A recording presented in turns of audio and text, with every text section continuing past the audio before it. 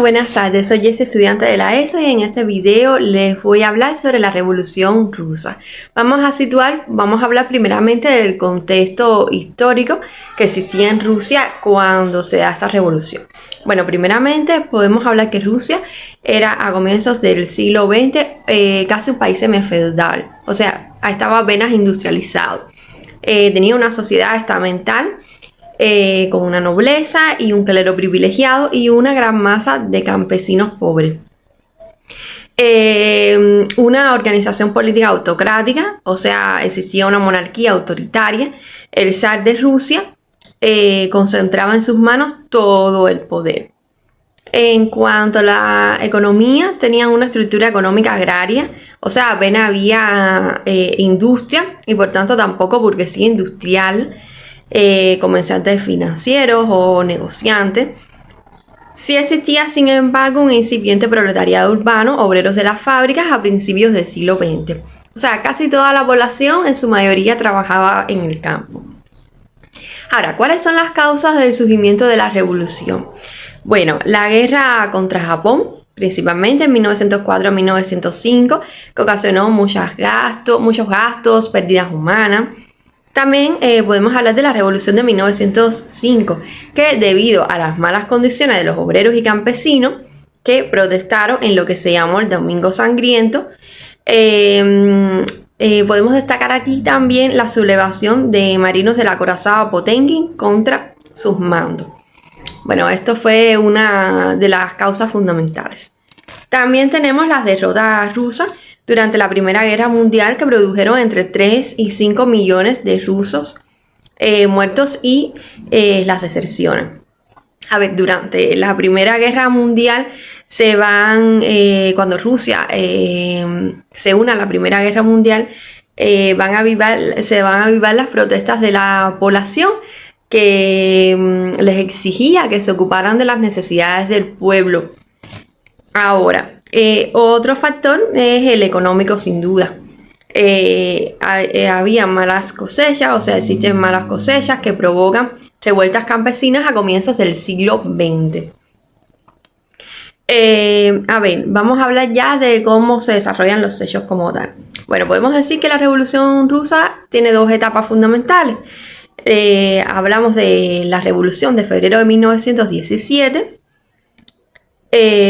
donde se amotinan las tropas que estaban al frente. Es una revolución de signo liberal, burgués, encabezada por Kerensky, que va a obligar al zar Nicolás II a abdicar. Ahora, tenemos también la Revolución de Octubre de 1917. Bueno, ya esta sería la segunda etapa, la segunda fase. Ante la debilidad del gobierno de los bolcheviques, los bolcheviques o comunistas, encabezados por Lenin, van a asaltar el Palacio de Invierno, que era la sede del gobierno, y se van a hacer con el control del poder. Se van a organizar en soviets, es decir, en comités de obreros, campesinos o soldados. A continuación, van a tomar una serie de medidas de beneficio popular, como son la salida de la Primera Guerra Mundial, la salida de Rusia de la Primera Guerra Mundial, reforma agraria con un reparto de tierra, nacionalización de la banca, reconocimiento de las nacionalidades y regiones en Rusia, etc., entre otras. Su líder, Lenin, va a firmar con Alemania el Tratado de Brest-Litovsk en 1918, por el que Rusia se va a retirar de la guerra, pero a costa de pérdidas de su territorio, Finlandia, Ucrania y provincias bálticas. Ahora, algunas etapas que van a seguir tras el triunfo revolucionario bolchevique. Bueno, en 1918, de 1918 a 1921, se van a enfrentar los rojos o revolucionarios y blancos o partidarios del zarismo, en la que los blancos van a ser derrotados. O sea, esto es una reacción de sobre todo las clases más pudientes, la monarquía y tal, que no querían perder el poder. Pero bueno, va a terminar con la victoria de los rojos.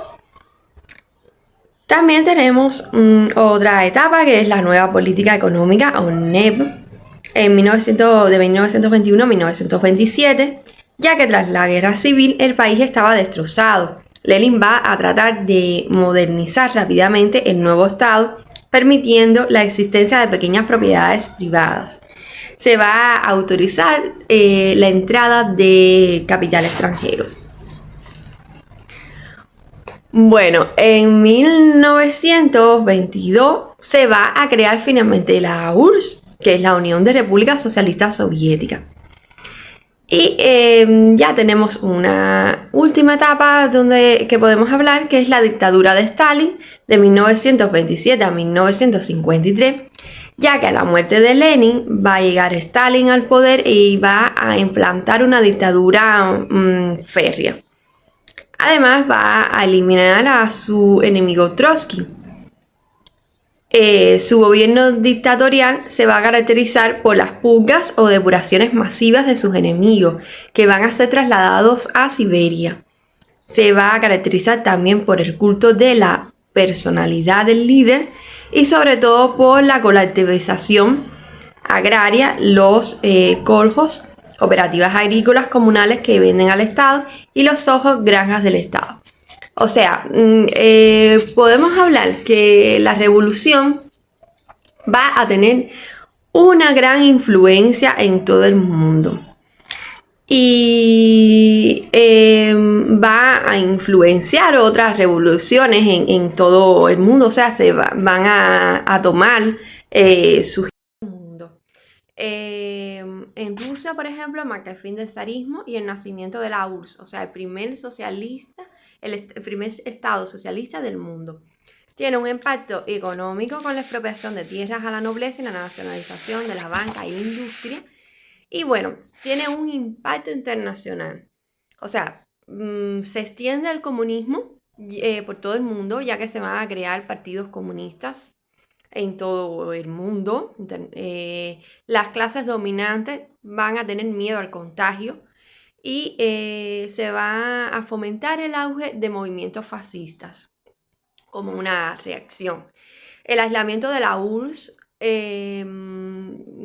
ya que está sometida a un bloqueo internacional o a un aislamiento diplomático, tiene un impacto social y cultural también, con el aumento de la agitación social en Europa, la realización de huelga en muchos países, como por ejemplo España, la inspiración de movimientos revolucionarios en Latinoamérica. Esas ideas sirvieron de inspiración para movimientos revolucionarios en Latinoamérica y en otras partes del mundo.